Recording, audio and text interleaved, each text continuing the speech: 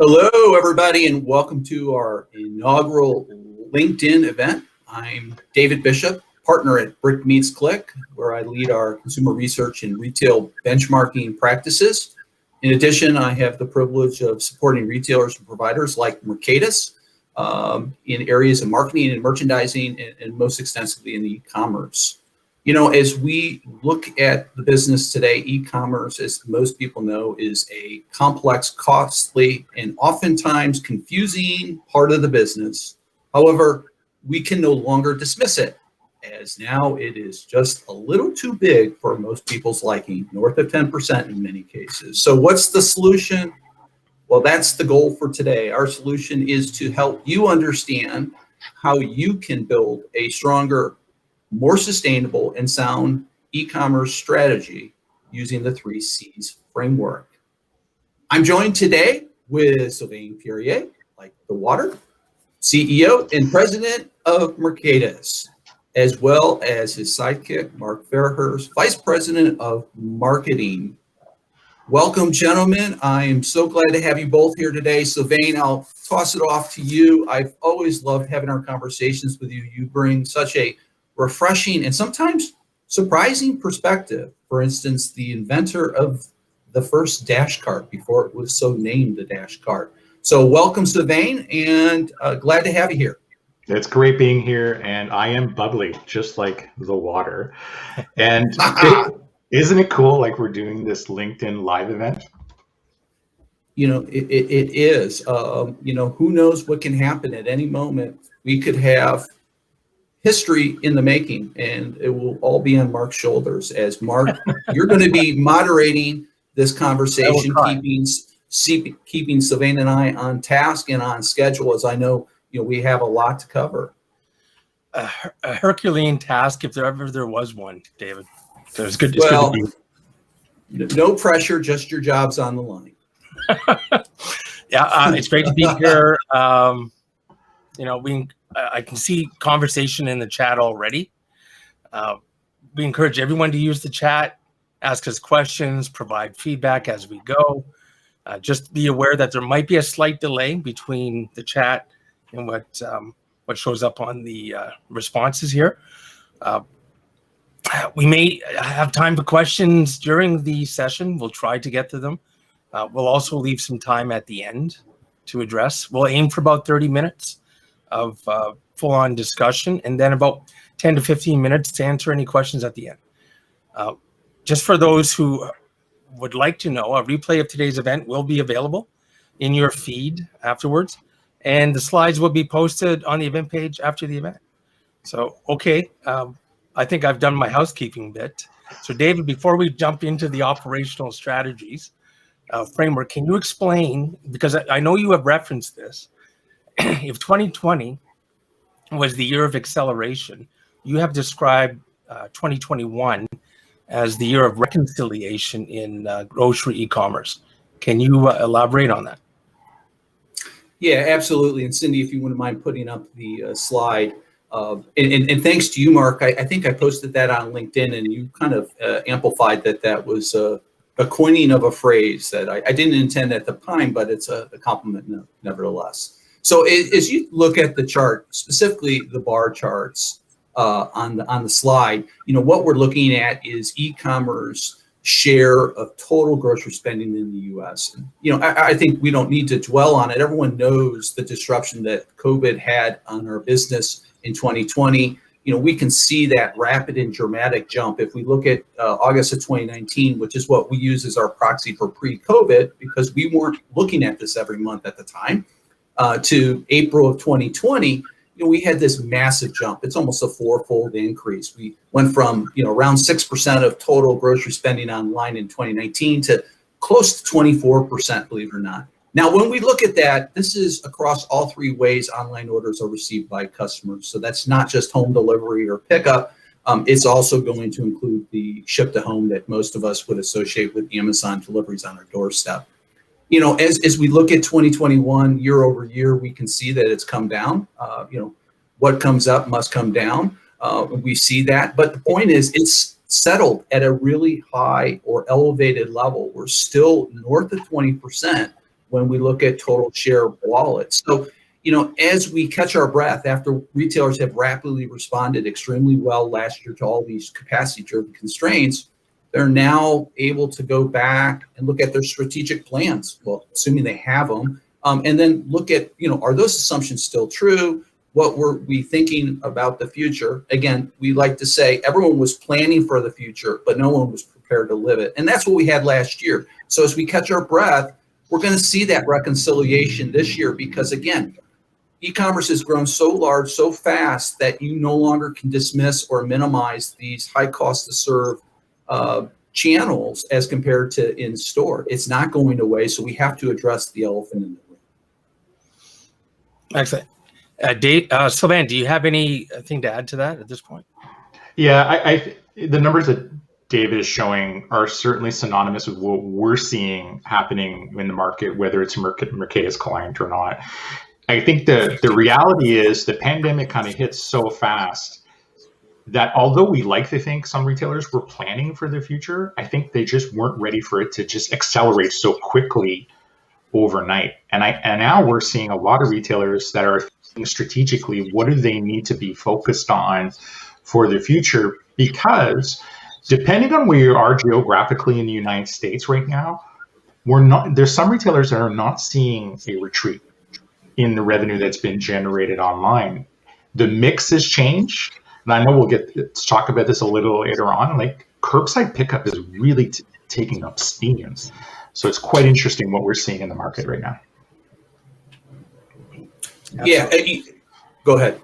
No, I was just going back to reference the slide that was just up. So David, you have a line there going from August 2019, April 20 to April 21. Can you just give us an indication as to what that is driving at? Yes. So, our ongoing work that Mercatus is a sponsor of, we capture, again, all the ways in which households receive those online orders. Now, keeping in mind, most regional grocers or independent grocers don't play in ship to home, and only a few nationals have aspirations to have their own marketplace. The orange line really reflects the core business that most regional grocers would be in. That's delivery and pickup. So we see directionally the same trends. As you look at that, it today sits at around 16%. So as you look at the relative comparison between those, pre-COVID, delivery and pickup account for under 60% of total e-commerce sales in grocery. Today, it's close to 80%. So you're seeing this shift. And a lot of people don't quite understand why ship to home is diminishing. And it's because as the business accelerated, the roles of those respective channels have evolved. And what someone used to get via ship to home really doesn't make sense anymore now that they have this accessibility to so many other options within the market, whether it's curbside or delivery. So the simple fact is when people look at this, retailers oftentimes will look at that and say, well, we're nowhere close to that number. And that's because this is share wallet for households. So most retailers will be south of those numbers. However, some are north. So for instance, if you look at Target, their most recent quarter that just ended, they're sitting at 18%. Now that's not just grocery; it's their hard lines, their apparel, and their HBC items. But they're still north of 20%. And again, they're grabbing share of wallet, as are some other retailers. So it becomes somewhat of an opportunity gap, if you will, for how high can we go, or how can we strengthen, and what's the gains for improving the business. Now, Sylvain, I know you have many retail partners and you talk to a lot more retailers out there. How are the trends compared to, what are you seeing or hearing relative to those trends? I know you said some markets haven't receded at all. And at the same time, some of the demand has shifted to curbside. And we've seen that in our monthly surveys, but what are you seeing? Yeah, I think I am seeing what you're talking about. There is a retreat in certain markets, and in others, it's been fairly consistent in terms of the volume that they're getting. What's fundamentally different, though, is how these retailers historically approached e-commerce. So if they approached it strategically, they've really captured the hearts and the minds of the consumers, and the consumers are sticking to e-commerce. Now, the order frequency is a little less, yet they are going back into the brick and mortar. But for the retailers that just weren't there in terms of being ready, and it was, I hate to use the word check the box type of phenomenon with e-commerce, those are the ones that are seeing to a certain extent a decline in sales. Now luckily, doesn't mean that they're shifting away from the logo or from the brand. They are coming back to in store, but I mean, they still have a lot of work to do on the e-commerce side. Yeah, and Cindy, if you could put up that slide again. Sorry, we have a magician behind the scenes here. You talked about the strategy, right? At Brick Meets Click, we tend to focus above the dash line. This is where you see strategy to execution on the far right of the screen. And what we're generally hired to do is come in and interrogate, challenge the status quo, challenge the assumptions, and then bring best practices. That's the innovate. And we do that generally around 5-year plans. And we've been engaged over the last 2-3 years with various retailers, some of which, ironically, said all non-essential work, including 5-year strategic plans for e-commerce, were paused during the early onset of the pandemic. Now, totally understand that you have to prioritize what to do. There's urgent and then there's important. And we had a lot of urgent matters at first, but now we got to come back to this. And Mark, you and I, we've talked about this. Traditionally, a provider like Mercatus may have focused below the line on the integration and implementation. And that's only become more important. But at the same time, what's missing is when two different parties don't cross the line between those two, strategy and execution, there are a lot of missed opportunities. So it's a natural focus today when we look at reconciliation is how do we improve that? So, Sylvain, from your standpoint, how has the role, if at all, changed in the way Mercatus is working with retailers or the way you aspire to work with retailers to connect strategy to ultimately better execution? Yeah, it's significantly changed. And I love that example you're giving, above the line, below the line. And the reality, we would have found ourselves a year ago very much focused around integration, implementation, taking a copy of a strategy and marrying it to the technology. But more so now, we fundamentally work with retailers to understand and to influence strategic direction, their innovation plan, but even more importantly, how are they going to get this to run it and sustain it in the long run to deliver against what they think is a great strategy? Yeah. Mark? Yeah, I mean, I think to add to what Sylvain said, most technology providers are worried about getting the contract signed. And then once the tool is in place, they leave it to their client to figure out how best to utilize. But especially in our experience, retailers, especially when they want to own the experience, they need that access to individuals, a brain trust that really knows how to operate within the grocery technology space. So we've been doubling down in the last few years, really on building out what does that operational strategy look like, and we can go as deep or as narrow as a retailer needs, but we find that it really helps with the value perception of the technology if the retailer understands that they got skin in the game too. They have to be able to execute in order to optimize their investment. So we work hand in hand, and increasingly so as we go forward post-pandemic. Yeah, and if I could just jump in, I mean, Mark is saying something. The technology will only go so far, right? I mean, it can do X, Y, and Z, but at the end of the day, if there's not something around that, there isn't a strong nucleus around strategy, it's just going to fall flat. And the pandemic for us, what it caused is a difference in conversation. Let's make this less tactical. Yep. Let's talk about where do you want to be as a retailer now that you have people knocking on the door that want to use e-commerce. Yeah, and totally. And David, I know in our conversations, because we've seen a lot of value in supporting Brick Meets Click in your research, especially to give retailers the signposts they need as they come out of the pandemic. And that's what triggered the conversation between you and I around, okay, how do you execute? We've said the battleground now is execution. So that's prompted where we are landing now on the 3 C's model. Yeah, so if we go ahead and put the next slide up, please. The 3 C's framework really grew out of a lot of our consulting work with retailers, and we really refined it, Mark, based on the conversation you and I had. And again, keep in mind that we were generally brought in to provide support for the 5-year strategic planning process. The challenge is there, if you look at this slide, there are, so many opportunities. So what's highlighted first right now under ordering connection is profiles, preferences, etc. And as you look, the other ones are faded out right now. We'll share those in a little bit, but it kind of overwhelms the retailer or some retailers in terms of where do I start? How do I prioritize and organize my thinking here? And a lot of the work that we were doing was structured around the online ordering process, which in our opinion has 3 distinct stages. There's the ordering stage, right? You go on a platform, you build your cart, you check out. And then there's the assembly process, which generally is invisible or less transparent to the customer. This is, the pick, pack, and assembly activities. And then there's distributing, and that's just simply is getting the items from the staging area to the customer. That could be curbside, it could be in store, it could be at the home, it could be via, common or contract carrier.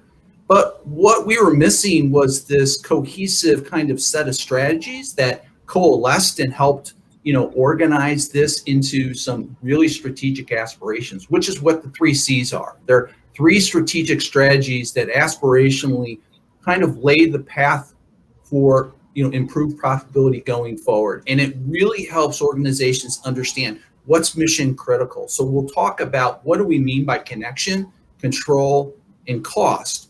Because with that, now we have a new way of looking at the various opportunities, which are all tactical in execution, and now say, well, are we ready for that? And if not, what do we need to do? What are the requisites for that? So, the framework offers guidance that retailers can then bring into their own planning process. The important point is it's really driven by this motivation to make the e-commerce strategy more sustainable, which means more profitable, and sound, which means it aligns with, the way our customers want to shop with us, how we're positioned in the marketplace, and what capabilities we have or going to have. So, we're going to touch on these things. So Vane or Mark, as you look at this framework, have you utilized something similar to this as you try to work with retailers, or is given the role that so many providers have, whether we're talking pricing or merchandising or e-commerce, a lot of times we end up being, task oriented, right? The retailer gives us a request, we fulfill the request, but it's really hard to guide them or influence their thinking. Yeah, I'll let Sylvain take that. Yeah, thank you, Mark. The reality is there are elements that we do today that are conducive to the 3 C's. 2 years ago, Mark and I tested the waters with a large regional retailer where we went in and we did persona development because we wanted to understand the consumer and how they use the technology because it was going to influence the next generation of what we're working on. We've actually now do persona development for all of our clients when we're onboarding them because we really want to understand the end consumer. And this is much more than just looking at loyalty data. It's fundamentally painting a picture of the people that are going to use this technology. And that's also now influenced customer journey mapping. And what I find, if a retailer hasn't concentrated on some of the other elements here that have an effect on control and cost, the journey mapping just brings up a bunch of questions in terms of, well, how are we going to execute curbside? What does it mean when we do delivery? What do we need to do in store in terms of controlling costs if we're picking multiple orders? And those have now become 2 fundamental exercises that we do with all of the retailers. Yeah, and we're going to jump over to connection in just a second, but I think ultimately as retailers look at this and as we've done our work with retailers, we've learned that when we put these recommendations in front of them without the 3 C's, part of that, we realized that we end up quickly at a crossroads where there are barriers in our way that prevent us from moving forward in terms of these 3 areas. Ultimately, what that is overarching understanding how do we conduct our commerce online, which is, what Mercatus does and what many others aspire to do. Well, that's not one of the 3 C's, but ultimately the e-commerce platform that is really kind of the body and engine of the e-commerce business really should facilitate and enable all these things. If it doesn't, then we've identified barriers that we need to first remove in order to actually work against these areas of opportunity. Right. Before we move on, you okay if we ask a question from the audience? Sure. So Michael is asking, which grocery retailer do you think globally has the best strategy and measure in terms of profitability currently? Well, I'm not going to go so far as globally because Brick Meets Click's area of focus is really North America. So if I said within North America, I would put Target high on that list, if not number 1. And they've been there probably for about 3 years. It's just becoming more apparent in their execution. But again, they've had a lot of those components. With that being said, they're not perfect. They have opportunities to improve, but I would put Target at the top of the list. Excellent. Savan, do you have a perspective? Yeah, I'm the same, Target, because the rate of innovation they have through the acquisitions that they've made is quite significant. I mean, there are little things they could be doing to improve, and in fact, quite frankly, they have. I mean, David, was it substitutions at one point they weren't allowing at one point in market? Yeah, they still, even though they have Ship, and Ship allows the very precise substitutions in the case of out of stocks within their first party app for drive up and pick up in store, they haven't enabled that feature. It's a little curious as to why not. And there are issues there because even though they aspire to have real-time inventory, that's still their Achilles heel. So that's an area of opportunity, but I know that they're on it because in the post-shop kind of customer survey interviews, they've asked about it. So they're very cognizant of the issue. They're just prioritizing it according to other opportunities.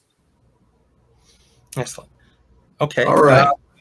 Let's move forward to the next section, David. Yeah. So connection. What do we mean by connection?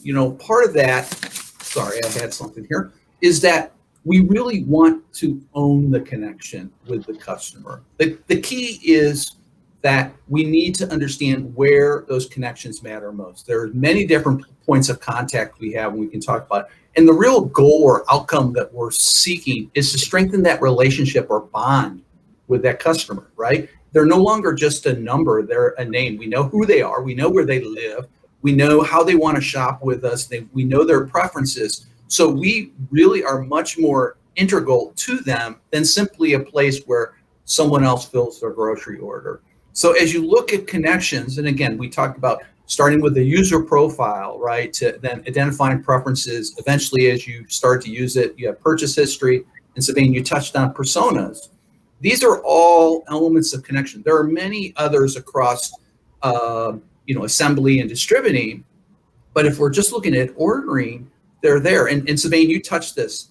A lot of retailers that even I talk to will say, we do that. Check the box, right? Mm-hmm. And that's not so much the issue. It's, what are you using that information for? And more importantly, how can you better leverage that to design and execute a more positive customer experience that ultimately is going to generate more value long term, right? So can you say something about how and where retailers have opportunities to do an even better job, right? With whether it's personas or how they're using the profiles. And just a little throw out there to kind of start it would be, I really love the personalized web page, home pages, right? Or other personalization at checkout. But I don't want to taint exactly what you say, but can you speak to where retailers have that opportunity to really leverage these connections to do an even better job with the customer experience and ultimately improve the business? Yeah, absolutely. So once you've formulated your personas and you do what I call the two most critical steps of journey mapping, which is essentially understanding the goal of a consumer and why they would engage in such a journey, you then get into the fundamentals of understanding what's the trigger, why would they go online? And I think there's this bit of a misconception that people that shop online want to use the flyer. So the jump off point would be the flyer, or the jump off point may be recipes, which when you start to look at the data, that's really not the case. and then they're fundamentally not really well used. What we find, though, is to create that really strong connection. Once you've done those two bits of steps in the exercise I just mentioned, you can get into things like personalization, which is really enhancing that experience and showcase the products that people are potentially going to purchase, which really streamlines the shopping trip, makes it that much easier. But the better part of this, it creates this level of stickiness that consumers are going to come back because they feel like they're being truly catered to. Yeah, Mark, your thoughts on this? Yeah, this gets to something that I know that you and I have talked about, and Sylvain as well. This notion, if you look at retailers generally, you can divide them between the merchandisers and the marketers, and sometimes they have those roles, in the same individual at the executive level. So can you explain to me the value of personalization from both perspectives? Yeah, and so when you talk about the merchandiser and marketer, I think part of the nuance was a lot of people are out there saying, we need to own the data. We need to own the data. And I'm not saying that that's not important or valuable, but that's a very near-term merchandising focus, right? How can we monetize our customer traffic? Again, it's important, but it's not mission critical. What we want to have is that connection. We want emotional connection. We want the relationships that we enjoyed when we serviced these customers in the store. We had a name with a face. We knew more than it wasn't simply a transaction, right? It was a relationship. So part of owning the customer is really a focus on the customer. Again, better understanding them so that we can do a better job servicing their needs or wants, and some of which they may not know, but they will appreciate if all of a sudden they see something that they bought in the past or according to your algorithms may be more relevant to them than some advertisement, right? So I just think as we look at this, it's easy to say, yeah, we want to monetize, we want to own the data. That's a subset of owning the customer connection, and it really has to be secondary to why we want to have that connection in the first place. Super. Sylvain? Yeah, you said merchandising and marketing. I'm super pro marketing. And what I want to share with the people that are listening right now, historically, we as an organization have not seen a lot of merchants being present as part of the conversation. But that's changing now because this is a profitable avenue to sell product. Fundamentally, e-commerce is about marketing. It's an experience that needs to be managed and led. And that is very critical to get to success. Yeah. So if we could go to the next slide, please. So we're going to touch on this, Sylvain, and I'll just kind of tease it up. We've had the conversation about organic search before and what it should be versus the way it's been bastardized, right? And this comes to control. Control is the notion that the rationale behind control is that we want to be able to enhance the customer experience in ways that align with our customers, our capabilities, and our strategy. We're all different. We're not all price leaders. So we want to have that ability. So control is about choice. Choice is a central component of strategy, knowing what to do and more importantly, what not to do. So if we can't choose for ourselves what we want to do, meaning something is in our way, then our opportunities are far more limited. And then it goes right back to the very base issue of, are we on the right commerce platform? Because the commerce platform should really be enabling all that for us. And, we talked about ad algorithms before, Sylvain.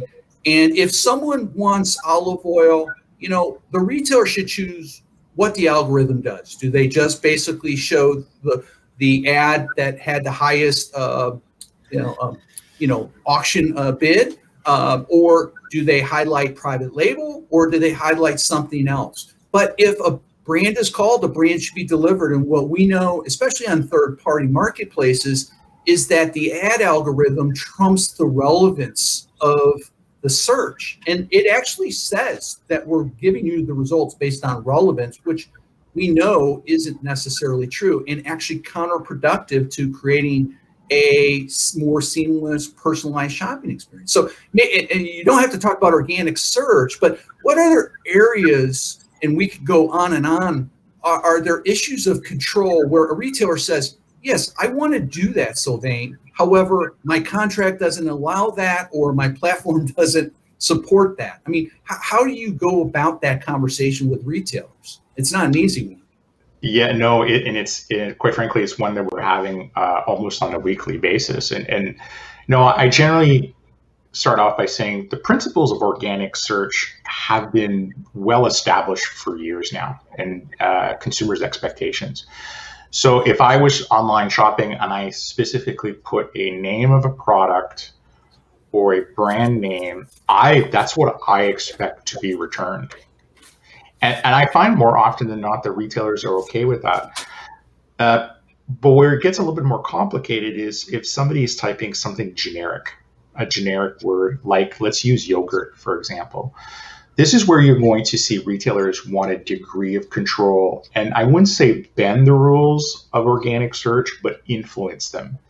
So if a retailer has a relationship with a specific CPG, they may want X number of products that are appearing in the search results to be linked back to that CPG. Then it may be they want to influence their private label brand to be a little bit higher. Then they'll go into the organic search. And the reality is, search is not just about creating this organic experience, but it is also giving the configurations and the flexibility back to those retailers to be able to kind of blend this into some of their marketing arrangements that they have. Yeah, and so just to be clear, you have many clients. So one client may say, well, if it's a generic search, we're going to lead with, in the first position, private label, because we want to emphasize private label. Another retailer may say, no, we really want to put the most relevant thing first, which may be the top seller. But the point is, retailers can choose for themselves how those algorithms work. Is that a fair understanding? Yeah, it's fair, but also we hold the torch for the consumer.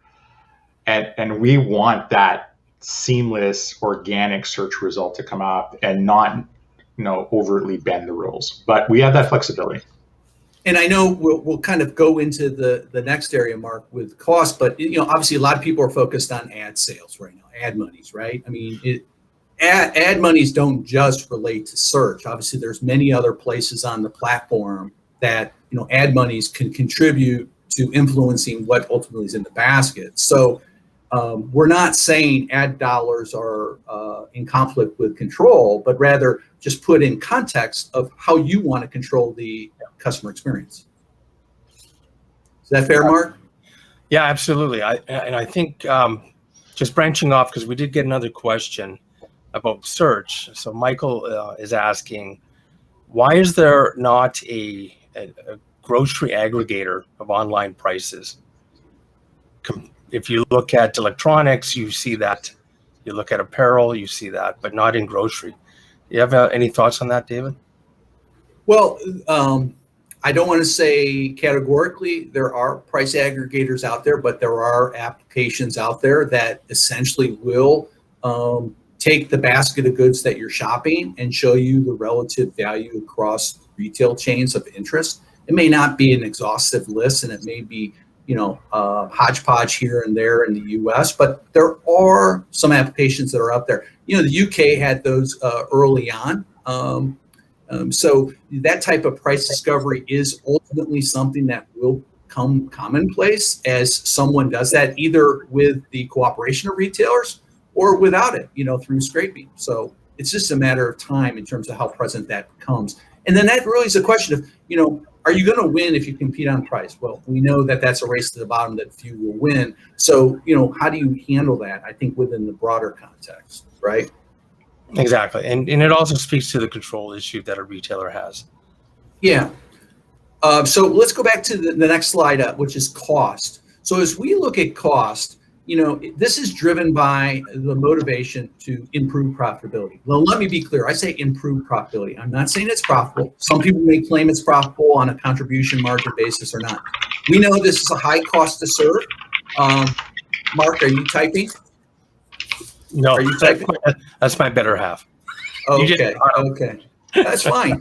Live streaming via typing, no worries. This is what happens. So, yeah, I think someone probably just said something. Just for everyone out there, Sylvan's got one of those retro USB keyboards. That actually sounds like a typewriter. Oh yeah, I'm envious. Yes. Oh, very good. So let me try to get my train of thought here again. So cost, as we look at cost, it's about improving profitability. So we look at it a couple ways. There's opportunity costs that we can leverage to increase the amount of dollars that are being spent per transaction, the average order, right? And that lowers our variable cost or our unit, improves our unit economics because now the cost is a lower percentage of sales. We have variable costs that we can reduce. Enhanced pick and pack is an example of something we want to use in the assembly stage as a way to lower costs by improving our productivities. We can also reduce our cost through alternative revenue streams. We just talked about ad monies, but then there's special charges, there's fees, and then there's even the dreaded price markups, right, on products. The point is, this is what people really want to do to make it sustainable. So it's self-sufficient and ideally more sound in that it aligns with their strategy. But some of the challenges are, I mentioned the price markups. There's some deeply entrenched beliefs. Price parity is one. We want to offer the same price online as in the store because we believe that's important to our customer. We can argue that. And then there's entrenched behaviors, right? The idea that, well, our competitor did that, we need to quickly follow. Imitation is flattering, but it's not strategy, right? So Sylvain, how do you unlock these opportunities? We've seen, just last week, a retailer in Texas dropped their pickup fee on orders over 35. And the question of one of the journalists was, rightfully, will we see other retailers follow? The question is, are the other retailers in the same position to act in that way, or is it something that they better understand and put in context of their own business? How do you handle that? I'm sure you get calls from retailers saying, hey, did you just see the news? So-and-so did this. We need to match. Right. Yeah. And typically, and that's a great example. And I did get a call soon after that was announced. And my feedback to that one retailer was, are they selling at parity online versus in-store? In this case here, they were selling a little bit more expensive online.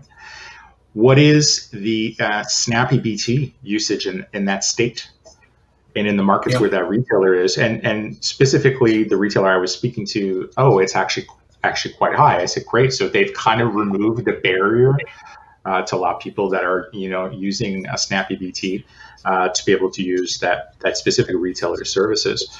But fundamentally, when I get these questions, I tend to want to know from the retailer where they are in their maturity curve when it comes to e-commerce, and what have they strategically done to set themselves up for success. An example would be, I have a retailer that does phenomenally well in terms of their pick and pack process, because they now understand that by using Shopper Kit, by using Radius networks, they're actually able to lower their cost and deliver a great ROI and a great service to their customers. Yeah, I think it's so fascinating. For instance, one of the recommendations, and let me, we'll go to the final slide just to kind of throw this up on the screen, because I'm going to kind of just run all over the place and then toss the grenade back. But we've made recommendations to retailers. For instance, this observed trend that is an emerging best practice, shortening the receiving window for pickup from 60 minutes to 30. So one of the recommendations is, evaluate how you can do that. But interrelated with that recommendation are some other activities that have to happen first.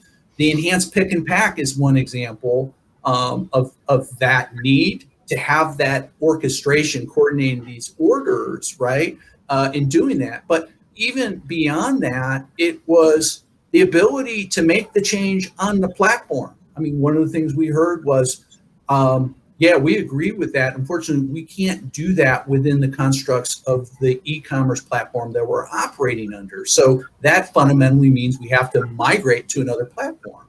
So it just kind of reinforces the interrelatedness of, connection, control, and cost as you kind of throw these things out there. And you talked about the price markups. We have fees now with, dynamic fee structures for some retailers. There is a whole slew of things as you look at the suggested selling, the shoppable recipes. And then the question is, what do I need to have in place first in order to leverage that? And is that the next step in this path to greater profitability, right? So that's the grenade, Sylvain, unless you're frozen. Sorry, there was just pontification without a question. And the point is, there is clearly a lot there, right? And as we even looked at this, would you say we're at eCom Gen 2? Where are we on the maturity curve? I mean, I know we can go back to Web Vantage Gen 1. Where would you say we are right now? Let's just give it a Gen what? I think we are about to enter what I would equate to a fourth generation. Fourth generation. Yeah, and if it's okay, let me just give you a reason why. I think historically, and I'm going out on a limb here. This theory still needs to be proven. This is live. Go for it. I think that historically we've tried to create a digital environment that was very conducive to how a grocery retailer operates inside a brick and mortar, and tried to jam everything in. Flyers, recipes, shopping lists, I think everything, right? Everything. And when the marketplaces kind of came up with, they said, let's just focus on this and be really good at this. And then you have the large providers that are supporting large US-based retailers in doing only e-commerce and in Canada with very simplified web experiences. So the pandemic comes up, certain things are becoming more delivery, controlling cost, and so on, great experience in the front end.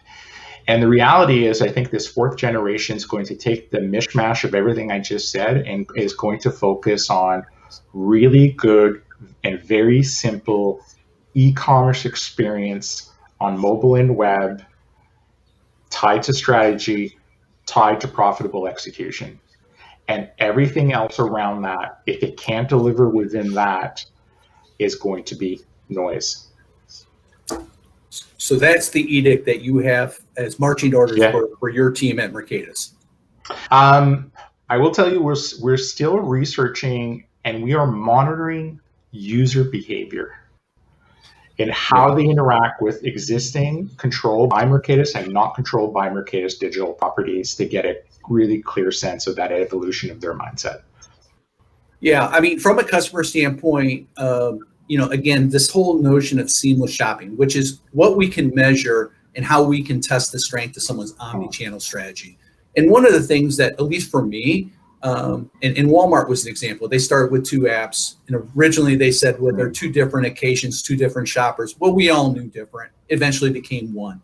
We see Amazon has now, understandably, integrated everyone into one. And as we were talking the other day, and this kind of goes to a question I can see come in, which is from a strategic view, do we see any customer that stops shopping us online as a failure?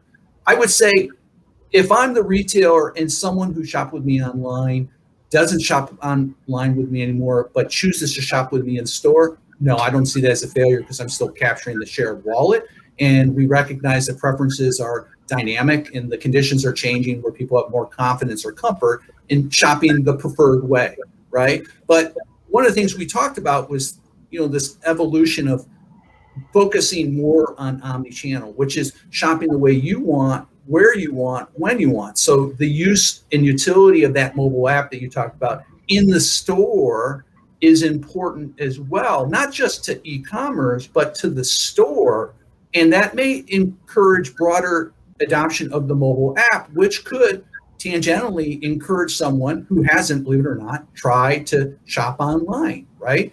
But it's all in the spirit of focusing on how the customer wants to engage with us, when and where, and providing the tools and resources to do that. Is that kind of what you're saying? Mark, I think you're nodding your head. Yeah, I know. I just like a recent example. We know of a retailer who went all in on a loyalty mobile app with no commerce capability. It's a missed opportunity, and it's sort of putting the cart before the horse, because they're losing that chance to be able to engage the consumer in an online commerce experience that they may be taking elsewhere. And Sylvain, I'm just thinking about some of your newer prospects you're talking to. They may have been online like so many others, on a marketplace, right? We know 2017, people made quick choices in terms of how do we respond to this impending perceived threat of Amazon buying Whole Foods. Now, a few years later, they've had the experience under the belt of what it's like to be on the marketplace, what they can, and more importantly, what they can't do. And now they're looking for another solution. And I know you guys are having these conversations. How are those conversations different today? Are they looking at Mercatus and providers like Mercatus differently, more in a consultative way, as opposed to just simply a transaction? We need a platform and you're a provider. Yeah, it's less of an, if I go back to 2017, you really had to educate the market on the benefits of owning the experience, owning your data, controlling your destiny, marrying the in-store experience with the online experience. Yeah, and there was a sense of trepidation back there. Is this ever going to be successful? How much money can I make at this? The reality is the marketplace is what has taught them in the pandemic is there is, quote unquote, a sustainable business here. So when they're coming to the table, we're not having to necessarily educate them on the realities of what can be. It's more so, how do you now leverage this and harness this to yourself and properly execute against it, and obviously wrapped in some sort of strategic endeavor. Yeah. Could we throw up the screen, the slide? And Mark, I know there are maybe some other questions out there in the Ethernet. I can't see those, and I know we just put up our contact information. Is there anything else in queue you want to throw at us? Yeah, just one last question. For retailers that have shoppable recipes, what sort of conversion are we seeing, or are they seeing for this compared to things like shoppable flyers? I guess that's more a question for Sylvain. Yeah, that's a great question. So what I will say, let me give you some statistics. So shopping list. Let's go back to the three heads so we can see Sylvain pontificate here. Yeah. Thank you. Okay, go ahead. Shopping list, very low usage, 1.6% typically across mobile and web. The other one in terms of recipes, even lower, below 1%. And even if they are shoppable in terms of you can add specific SKUs back out to the cart, back out to the list. We tend to not to use build out those features ourselves. We partner with companies that have that functionality. The third one, which was conversion from a flyer, equally below 1%. I think what's important to understand, what we're seeing is customers that come in from the flyer typically stay with the flyer. Very rare do we see them move from shopping the flyer to building a cart. They tend to be consumers that like to physically go into the store. That's why you can't dismiss the use of a flyer on a website in terms of influencing your brick and mortar. Customers that buy online doesn't mean they're not buying products that are on sale. When they're searching, they can see one brand is on sale versus another. They just tend to be a little less price sensitive. Again, that's from our observation. Well, I always have said shopping in store is a browsing activity. Shopping online is a buying activity, right? You buy what you want. And there is less impulsivity with that. But now back to that shoppable recipe, are the numbers that you're throwing off the top of your head amazingly? Those are impressive that you could throw those out like that. Kudos. Is that an artifact of what is there today in terms of capabilities, as opposed to someone who's enhanced the process that may result in a different outcome in terms of interaction with something like shoppable recipes? It could be. I know the numbers because I had to quote them last Friday to a retailer. It could be that the services that exist out there today that actually tie specific SKUs and then are injecting the data into a retailer's cart They may have completely different statistics. But what we see normally is when a consumer wants to bake or cook something, they will go to Google, type in, search for chicken pot pie and get the first recipe. Foodies have their preferred sources that they go to. And when you dig down into that persona, then you start to see where they go. Again, to go to a retailer's website to look at specific recipes, a little less. Okay. I think that does it for questions. Mark, any closing thoughts? I thought it was a great discussion. I thought we covered the bases well. I think the operational framework makes a lot of sense. And I look forward to providing more insights back to the market in the next few months on what do they really need to do from an execution perspective. Yeah, and I think from my standpoint at Brick Meets Click, I mean, this work is really exciting. We're all learning. So the more we engage with others, the smarter we all collectively get. I think, like I said in the very beginning, this is a really complex, challenging, and very expensive or costly environment. And, the fact that we have an emerging part of the market that has just rapidly run up over a 12 to 18 month period, we have, the pandemic to thank for that. Now we have the day of reckoning. Like I said, how do we make this more sustainable, more profitable? I know, Mark, you and I, we've talked about filling out the content around the matrix to provide more solutions. Is there anything else you want to add to that, or just more to follow? More to follow. Keep an eye out on Mercatus.com as well as brickmeetsclick.com. We've got more insights coming out. We have more monthly analyses, as well as interesting results coming in a few months around a more holistic industry perspective. So stay tuned. Just one thing. First of all, Sylvain, you're a busy guy. I appreciate seeing you again. Like always, you're always enlightening and energetic, and you bring such a great perspective. So first of all, thank you for that.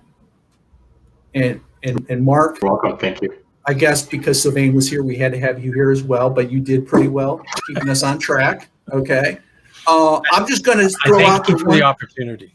Yeah, and job security, I guess. And then just one call out before we leave. I know that you guys have been great partners of ours, working side by side on a variety of thought leadership initiatives. I'm really excited to also announce that starting in June, we're going to start up our sales benchmarking initiative, which we paused during 2020 because of the pandemic, and frankly, no retailer had the time to engage us with that. So we're going to get back to the business of helping retailers answer really critical questions based on facts and figures so that we can provide the insights that serve as evidence for the reasons why we recommend what we do. So with that, Mark and Sylvain from Toronto, Mark. Before you go, that was my big closing. Just a shout out to your team, as well as our team at Mercatus, for all the hard work and effort they put in to put this show on the air. A consummate Canadian. I couldn't have said it any better myself. So from the offices in Chicago to the offices in Toronto, I'm David Bishop, wishing everyone a great day. Please reach out with questions. Let us know what you think, and we'll go from there. So gentlemen, have a great day, and we'll talk to you soon. Thanks, David. Thanks, Sylvain. Thank you.